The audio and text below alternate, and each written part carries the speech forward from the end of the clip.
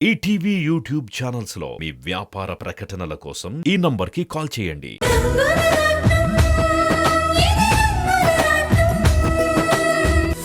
కీర్తి వచ్చి నారాయణతో మాట్లాడింది అంటే 100% నారాయణ తన తప్పేంటో తెలుసుకుంటాడు. తనతో ఎవరు ఈ నాటకం ఆడించారో నిజం చెప్తాడు. సూర్యం గారిని నిర్దోషిగా బయటికి తీసుకొస్తాడు. ఆ నమ్మకం నాకుంది. అయితే కీర్తి నేనే అయితే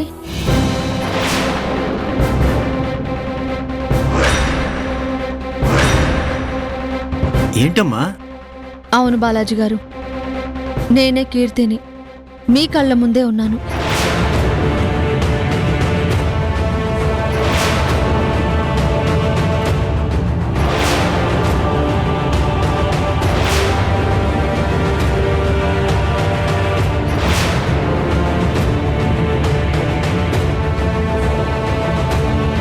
అమ్మా రాణి, నువ్వు మా కీర్తివా? మా దేవరాజు కూతురివా? ఇదంతా మాకెందుకు చెప్పలేదమ్మా? సూర్యం గారు కూడా నీ గురించి ఎంతలా వెతికారు కదా, కనీసం ఆయనకైనా నువ్వు చెప్పాల్సింది కదమ్మా. లేదు బాలాజీ గారు, నేను కీర్తిని కాదు. కీర్తి ఎలా ఉంటుందో ఎవరికీ తెలియదు. నారాయణకు కూడా తెలియదు. మీరు నారాయణ గురించి చెప్పినప్పుడు నేను అదే ఆలోచించాను. ఎక్కడుందో ఎలా ఉందో తెలియని కీర్తిని ఇప్పుడు మనం వెతికి పట్టుకోలేము. కానీ ఒకే ఒక్క మార్గం ఉంది. నేనే మీ కీర్తిలాగా నారాయణ ముందుకు వచ్చాను అనుకోండి, కీర్తిలా మాట్లాడను అనుకోండి, అప్పుడు నారాయణ నమ్ముతాడు కదా, నిజం చెప్తాడు కదా. అప్పుడు తాతయ్య నిర్దోషిగా బయటకొస్తారు. అందుకే బాలాజీ గారు, నేను కీర్తిలాగా నాటకం ఆడతాను. సరేనమ్మా, నువ్వు కీర్తిలా మాట్లాడతావు కరెక్టే. కానీ చిన్నప్పుడు కీర్తి చాలా మొండిగా ఉండేది. ఎవరైనా ఏమనంటే వాళ్ళకి 10 మాటలు అప్పచెప్పేది. కానీ నువ్వు చాలా సున్నితంగా మాట్లాడతావు. నువ్వే కీర్తి అని నారాయణ నమ్ముతాడా? బాలాజీ గారు, కీర్తి ఎలా ఉండేదో, ఎలా మాట్లాడేదో ప్రతిదీ మీకు తెలుసు కదా. అవన్నీ మీరు నాకు చెప్పండి. ఆ వయసులో కీర్తి ఎలా ప్రవర్తించిందో అవన్నీ చెప్తే ఇప్పుడు ఎలా ఉంటుందో నేను ఊహించుకుంటాను. కీర్తిలాగా ప్రవర్తిస్తాను. అప్పుడు నారాయణ నమ్ముతాడు. తాతయ్య నిర్దోషిగా బయటకొస్తారు. మనకు ఇంతకు మించి ఇంకో మార్గం లేదు. మనం తాతయ్యని రక్షించుకోవాలి బాలాజీ గారు. ఆయనకి శిక్ష పడకుండా కాపాడుకోవాలి. నేనే కీర్తినని నారాయణని నమ్మించాలి. దయచేసి కీర్తి ఎలా ఉండేదో నాకొక్కసారి చెప్పండి.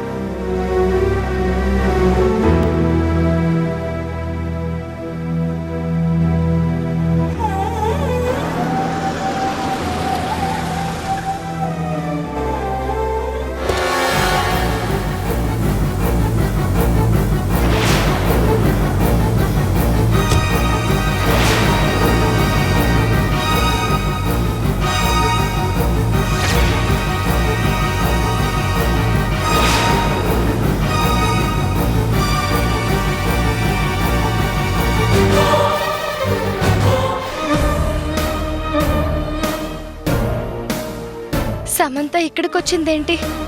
ఇప్పుడిక్కడ నన్ను చూసింది అంటే అందరికీ చెప్పేస్తుంది.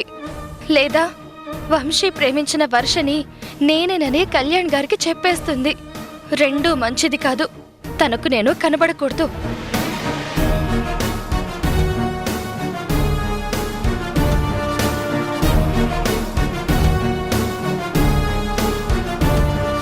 తులసమ్మ, సార్ని కలవడానికి ఒక అమ్మాయి వస్తుంది.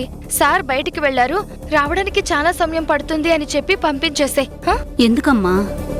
సార్ ఇప్పుడే వచ్చేస్తానని చెప్పారు కదా. వచ్చేసరికి చాలా టైం పడుతుంది. నువ్వైతే పంపించు. సరే సీత.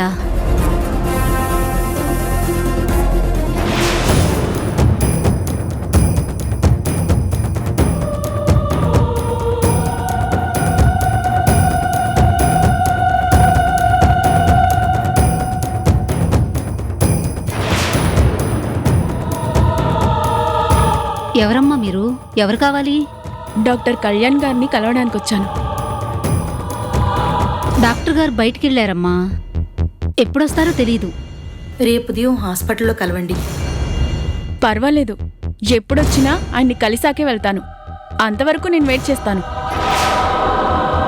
అది కాదమ్మా, చెప్తున్నాను కదా, సార్ ఎప్పుడొస్తారో తెలీదు. ఎంతసేపున ఉంటారు మీరు? చెప్పాను కదా, ఎంతసేపైనా ఉంటాను. నువ్వు వెళ్ళి ఒక కాఫీ తీసుకొనిరా.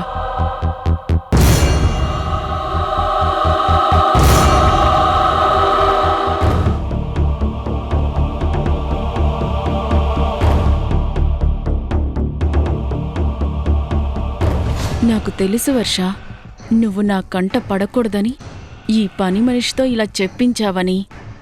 ఈరోజు నిన్ను కలవకుండా, నీతో మాట్లాడకుండా ఇక్కడి నుంచి వెళ్ళే ప్రసక్తే లేదు.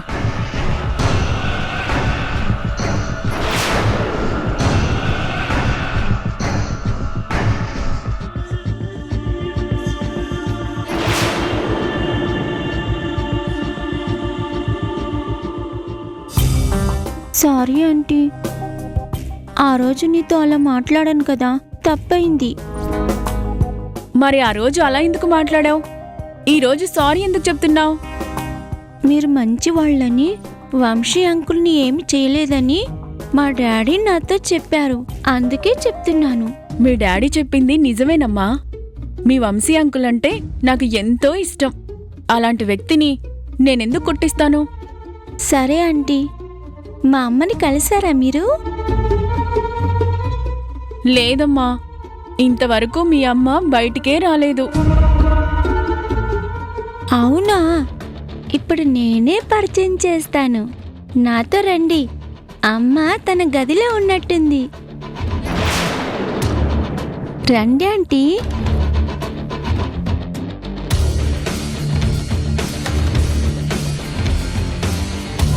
అమ్మా, ఎవరొచ్చారో చూడు. పర్వాలేదు ప్రియా, నాకు పనుంది, నేను తర్వాత చూస్తాను.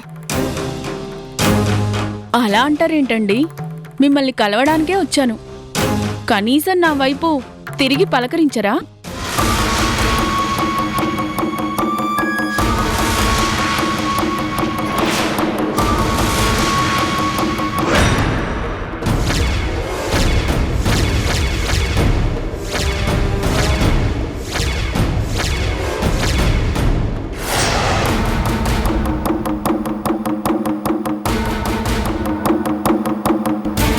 ప్రియా, నువ్వు చాలా మంచి పని చేసావమ్మా.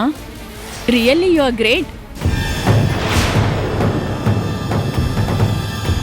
నాకు ఎవరిని చూపించాలో వాళ్ళనే చూపించావు. నువ్వు వెళ్ళి ఫ్రెష్ అప్ అయ్యిరా. ఈలోగా మీ అమ్మతో నేను మాట్లాడుతూ ఉంటాను. సరే ఆంటీ, నేను ఇప్పుడే వస్తాను.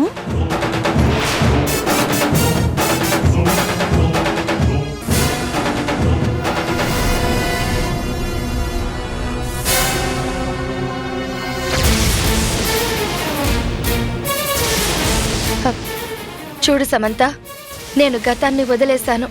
భవిష్యత్తు మీద ఆశ లేకుండా బ్రతుకుతున్నాను. అందుకే నాకు ప్రాణమైన మా అక్క దగ్గరికి కూడా నేను వెళ్ళట్లేదు. నేను ఎక్కడ ఉన్నానో మా అక్కకు కూడా తెలియనివ్వలేదు. తనకి దూరంగా బ్రతుకుతున్నానంటేనే నాలో నేను ఎంత మదన పడుతున్నానో ఆలోచించు. నాకిప్పుడు దేని మీద ఆశ లేదు, ఎవరితోనూ కలవాలని కోరిక లేదు. దయచేసి నన్నుగా వదిలే సమంత. నేనే వర్షాని అన్న నిజాన్ని ఎవ్వరికీ చెప్పకు. నీకు దండం పెడతాను. బాగుంది వర్ష, నువ్వు సీతగా పేరు మార్చుకొని వనవాసం చేస్తున్నా నిన్ను ప్రేమించిన వంశీ నాతో కాపురం చేయట్లేదు. నీకోసం ఇక్కడికొచ్చేశాడు. వంశీ ఇక్కడికొచ్చినా తను పరాయివాడిలాగే ఉన్నాడు. నేను సీతలాగే బ్రతుకుతున్నాను. నీ మాట నేను నమ్ముతాను, కాని నువ్వు ప్రేమించట్లేదని చెప్పినా వంశీ నమ్మట్లేదే. నిన్ను ఎలాగైనా మళ్ళీ తన వైపుకు తిప్పుకోవాలని ఎంతో ప్రయత్నిస్తున్నాడు. దీనికి నువ్వేం సమాధానం చెప్తావు? వర్షగా వంశీకి ఎప్పటికీ దగ్గర కాను. సీతగా వంశీతో నాకు ఏ సంబంధం లేదు అని చెప్తాను. చూడు వర్ష, నువ్వు ఎన్ని చెప్పినా వంశీ వినడు. నాకు దూరమైన వంశీ నీకు దగ్గర కాకూడదు. నువ్వేంటో మీ ఇద్దరి కథేంటో కళ్యాణ్కి నేను చెప్పేస్తాను. అప్పుడు వంశీని నిన్ను బయటకు పంపించేస్తారు. తర్వాత మీ ఇద్దరు ఎలాగో విడిపోతారు కాబట్టి వంశీ నాకు దక్కుతాడు. నువ్వు చెప్పినా చెప్పకపోయినా నేను ఎవరికీ దగ్గర కాను. నువ్వు నిజాన్ని దాచాలంటే ఏం చేయాలో నువ్వే చెప్పు. ఇలా అడిగావు, బావుంది. నీ అంతట నువ్వే వంశీని మళ్ళీ నాతో కలిసేలా ఒప్పించాలి. ఎందుకంటే వంశీ నీ మాటని శాసనంగా వింటాడు. నా మీద ప్రేమ లేకపోయినా నీ మీద ప్రేమతో నీ మాటని గౌరవిస్తాడు. నువ్వొక్క మాట చెప్తే నాతో కలిసి బ్రతుకుతాడు. అలా నువ్వు చెప్పి వంశీని నాకు దగ్గర చేస్తాను అంటే ఈ నిజాన్ని నేను నా మనసులోనే దాచుకుంటాను. చేస్తావా? చేయగలవా?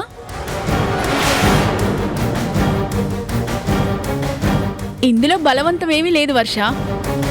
మీ గతం మొత్తం కళ్యాణ్ గారికి చెప్పాను అంటే మీ ఇద్దరికి భవిష్యత్తే ఉండదు.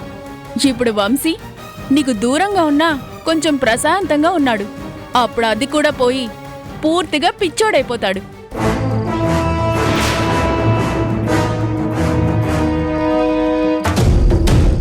ప్రేమించిన వాణ్ణి పిచ్చివాణ్ణి చేస్తావో లేక నాకు సొంతం చేస్తావో నువ్వే ఆలోచించు.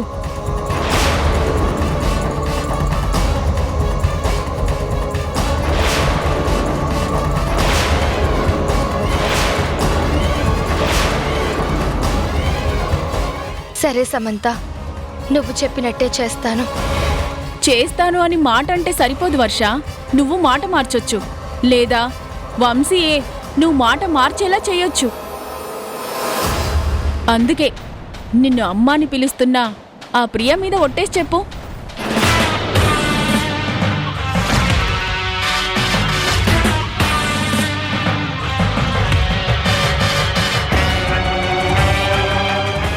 ఎందుకంటే కడుపున కనకపోయినా కన్నతల్లిలా ప్రేమిస్తున్నావు కదా. ఆ పాప మీద ఒట్టేసి చెప్తే అప్పుడు నేను నమ్ముతాను.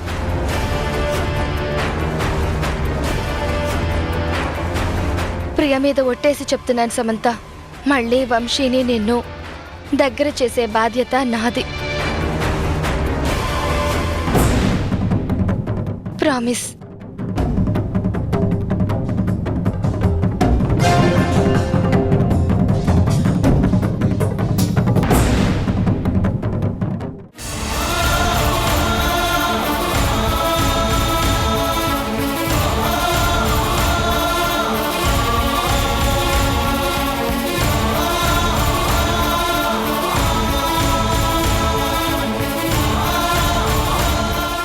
పూర్ణ, కోర్టులో అలా మాట్లాడతావని నేను కళ్ళు కూడా అనుకోలేదు. సూర్యం కన్నీళ్లు పెట్టుకునేసరికి నువ్వెక్కడ కరిగిపోతావో అని నేను భయపడ్డాను. నా జీవితమే మీరండి. నేను బతుకుతున్నదే మీకోసం. మీ తర్వాతే నాకెవరైనా, అది కన్నవాళ్లైనా తన కడుపున పుట్టిన వాళ్లైనా ఆఖరికి నా అనుకున్న వాళ్ళెవరైనా. అసలు ఆ రోజు నేను అన్నయ్యకెందుకు ఫోన్ చేశానో తెలుసా? మీరిద్దరూ కలిస్తే 2 కుటుంబాలు మళ్ళీ ఒక్కటవుతాయని. సమంతని వంశీకి దగ్గర చేసే బాధ్యత అన్నయ్య తీసుకుంటారు. ఆ విధంగానైనా సమంత జీవితం కూడా బాగుపడుతుందని ఊహించాను. అనవసరంగా మీరే ఆయన్ని తప్పుపడుతున్నారని అర్థమయ్యేలా చెప్పమని నేనే ఆయనకి ఫోన్ చేసి చెప్పాను. మంచి జరుగుతుందనుకొని ఆశించే ఇదంతా చేశానండి. కానీ తర్వాత అర్థమైంది నేను ఎంత తప్పు చేశానో అని. నేను మంచిగా ఆలోచిస్తే దాన్ని అవకాశంగా తీసుకొని అన్నయ్య మీ ప్రాణాలు తీయాలనుకుంటారని నేను కల్లో కూడా ఊహించలేకపోయాను. నువ్వు మంచిదానివి పూర్ణ. ఎప్పుడూ అందరి గురించి మంచిగానే ఆలోచిస్తావు. అందరిలోనూ మంచినే వెతుకుతావు. కానీ అందరూ నీలా ఉండరు కదా. సూర్యం మన మీద ఎప్పటి నుంచో పగతో రగిలిపోతున్నాడు. కానీ సరైన అవకాశం దొరకలేదు కాబట్టి ఇన్నాళ్ళు మేకవన్న పులిలా మన ముందు నటించాడు. కొన్నాళ్ళు వాణ్ణి నేను కూడా నమ్మాను. ఎప్పుడైతే వర్షాన్ని వాడు మనకి దూరం చేశాడని తెలిసిందో అప్పుడే వాడి నిజస్వరూపమేంటో నాకు పూర్తిగా అర్థమైంది. అందుకే ప్రాణ స్నేహితుడి మీద అంత కోపాన్ని పెంచుకున్నాను. కానీ నీకవేవీ అర్థం కాక నేను తప్పుగా ఆలోచిస్తున్నాను అనుకున్నావు. కాని వాడదే అవకాశంగా తీసుకుని కేసు తన మీదికి రాదన్న నమ్మకంతోనే నన్ను అంతం చేయాలనుకున్నాడు. అదేనండి నాకు అర్థం కానిది. మనమంటే పడకపోతే మనకి దూరంగా ఉంటే సరిపోతుంది కదా. మనమంటే ఇష్టం లేకపోతే మనతో మాట్లాడకుండా ఉంటే సరిపోతుంది. కానీ ప్రాణాలు తీయాలనుకునేలాగా ఎందుకు మారిపోయారో ఇప్పటికీ నాకు అర్థం కావడం లేదు. అన్నయ్య అనే పదానికి అర్థం తెలియని వ్యక్తిగా నాకు కనబడ్డారు. నా పసుపు కుంకాలు తుడిచేయాలనుకున్న వ్యక్తిని నేనెలా క్షమిస్తానండి? ఈ జన్మలో క్షమించను కూడా.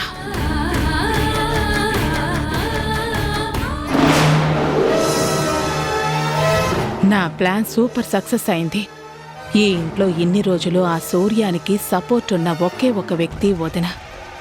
ఏ రోజైనా సరే శంకర్ని తన మాటలతో మళ్ళీ సూర్యం వైపు మారేలా చేస్తుందని ఎంతో భయపడ్డాను. కానీ ఇప్పుడు వదినకి ఇంత కోపం వచ్చింది అంటే ఇంక ఎప్పటికీ ఈ స్నేహితులు కలవరు. ఇంక నేను అనుకున్న ప్లాన్లు ఒక్కొక్కటిగా సక్సెస్ చేసుకుంటూ చివరికి శంకర్ ప్రసాద్ గ్రూప్ ఆఫ్ కంపెనీస్లో చైర్మన్గా కుర్చీలో కూర్చోవాలి. వీళ్ళందర్నీ నా కాలు కింద చెప్పుతో తొక్కేయాలి.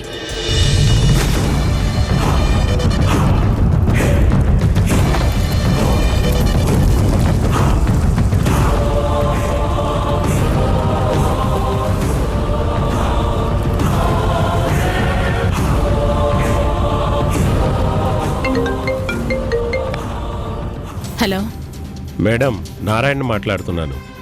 నారాయణ, ఎలా ఉన్నావు? జైల్లో ఖైదీలు ఎలా ఉంటారు మేడం? బయటికి ఎప్పుడు రావాలా అని ఎదురు చూస్తూ ఉంటారు. అందుకే మీకు ఫోన్ చేశాను.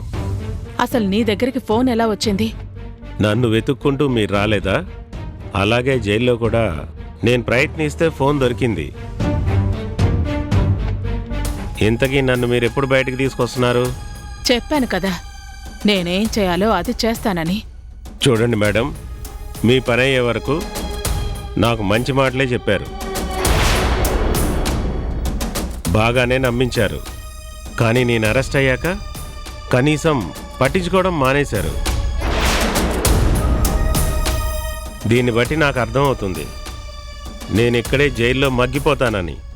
అలా ఏం జరగదు నారాయణ. నేను రౌడీని మేడం. జైలు నాకేం కొత్త కాదు. మీ పరిస్థితి ఆలోచించుకోండి. మీరు నాకు చెప్పినట్టుగా నన్ను బయటికి తీసుకురాలేదనుకోండి, ఇదంతా మీరే చేయించారని పోలీసులకు చెప్పాల్సి వస్తుంది. ఏంటి నారాయణ, బెదిరిస్తున్నావా? చూడండి మేడం, ఇది బెదిరింపు కాదు, జరగబోయేది చెప్తున్నాను. నేను జైల్లో ఉన్నా బయట ఉన్నా నాకు పెద్దగా పోయేదేం ఉండదు. కానీ మీలాంటి వాళ్ళు జైలుకి వస్తేనే పరువు పోతుంది.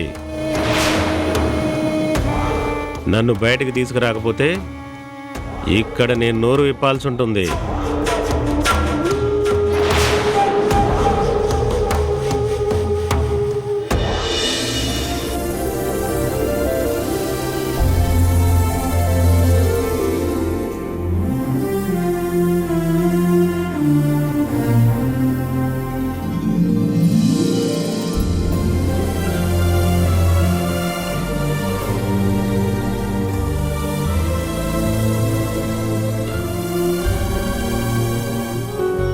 అమ్మా నాకు నిద్ర వస్తుంది.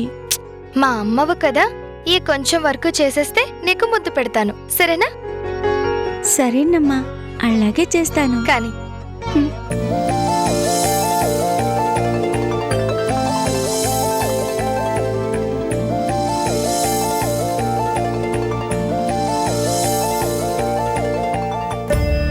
మీ మావయ్య గారికి ఎలా ఉందండి? బానే ఉన్నారు సీత. నిన్ను ఎంత పొగిడారో తెలుసా? నీ వల్లే తన ప్రాణం నిలబడిందని. నువ్వే లేకపోతే ఈరోజు ఆయన ఉండేవారు కాదు అని వాళ్ళు చాలా గొప్పగా నీ గురించి చెప్పారు.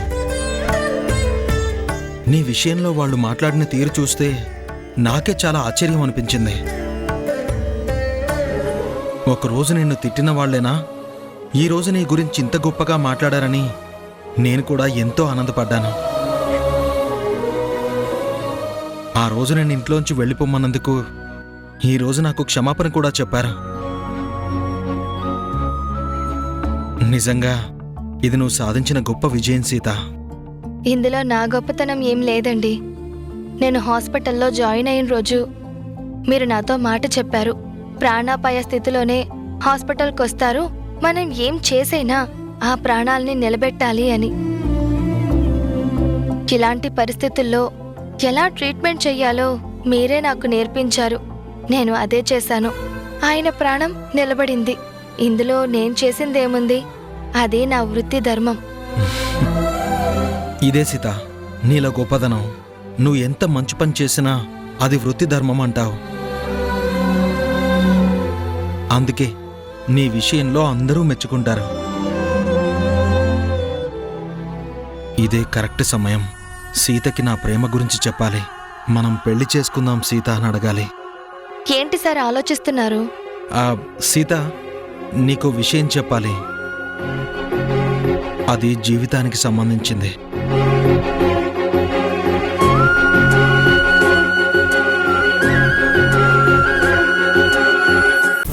ఈ లాకెట్ గురించి మీరే కదా తాతయ్య పేపర్లో ప్రకటనిచ్చింది. దీనికి మీకు ఏంటి సంబంధం? చాలా పెద్ద సంబంధం ఉందమ్మా. అంతకు మించిన అనుబంధం ఉంది. ఈ లాకెట్లో ఉన్న అమ్మాయి ఎవరో కాదు, నా సొంత మనవరాలు.